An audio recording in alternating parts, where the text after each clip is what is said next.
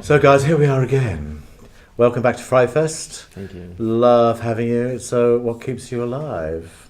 So just tell us, you looked at it from a true crime perspective. I believe you're sort of researching true crime. A little bit. Oh geez. I mean, I'm not entirely. The idea kind of came from a few places. It came from, as a filmmaker wanting to explore darkness inside of a person instead of a supernatural threat. So that was a real primary kind of instigator of the whole thing, and then yeah, just developing a character that I thought audiences would be fearful of. So there was definitely a bit of researching true crime. Yeah, and you read a lot of articles about guys who had murdered their wives and gotten away with it. Yeah, that was a big one. That was preparing for. That was more so more than just like true crime. It was I stumbled across a bunch of stories about husbands who had murdered their wives and gotten away with it multiple times, and I just figured, what the hell type of person does that and gets hooked on it, and started going from there.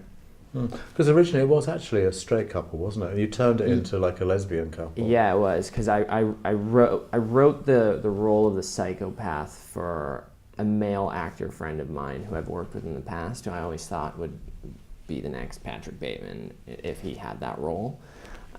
So I tried to construct a role for him, but at the time it looked like an unfortunate thing because he booked a year-long television series and he couldn't do the movie. But it actually allowed me to revisit kind of this notion that I had when I was writing it, that I threw away because I was so focused on writing this role for him.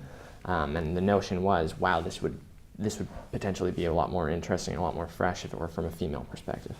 And from your point of view, that must have been like ideal. Or were you actually going to play? Were you going to play like the straight part of the? I was always going to play Jules, but Jules's essence changed a lot when Colin rewrote it to be a lesbian couple. I guess with the male-female relationship, she was more docile off the top, more meek and mild-mannered, and her journey was to find her voice when faced with this ultimate struggle.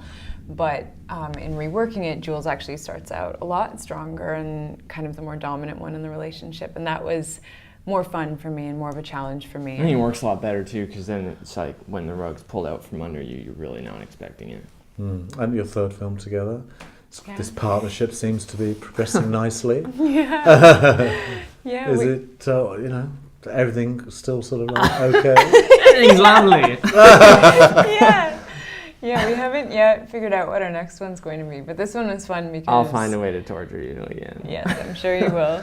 But no, this one was good. We kind of worked out the kinks on on It Stains the Sands Red. We clashed forces and batted heads a lot.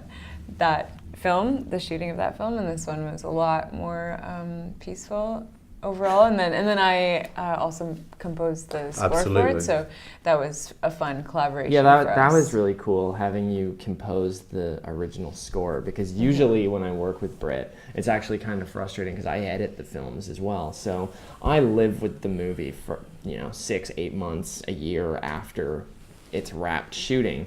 But here she is, she shoots the movie, and then she's done with. She lets the character go. Maybe it lingers for a little bit, but ultimately it's pretty easy to let go, I would say, in most cases.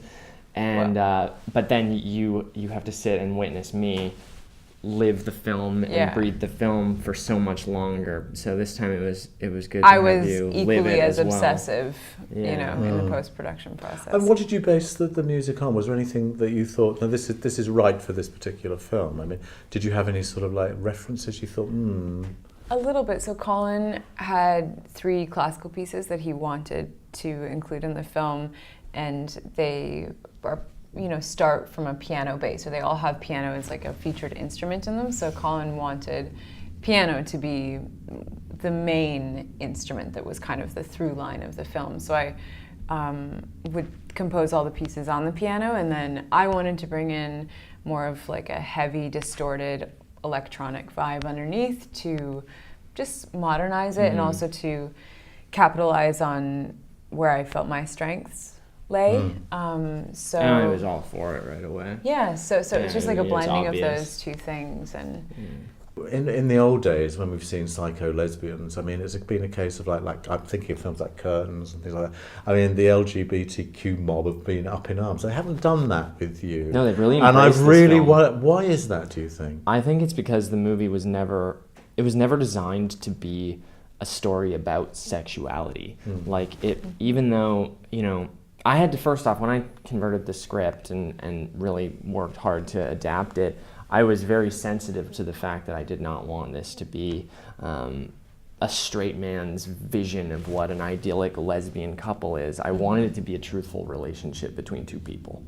And I wanted to feel that way and then pull the rug out. And I feel like that community has really embraced the film because they believe in the relationship. And she's not a villain because she's a lesbian. She's a villain because she's a psychopath. It doesn't matter what type of person she is. So I think that's something that's just not really, hasn't been done a lot, you know? When you write a same-sex couple story, generally the fact that they are same-sex is like the central point of the narrative, or perhaps the metaphor as to why one of them is bad. And that's just not the case here. Mm-hmm.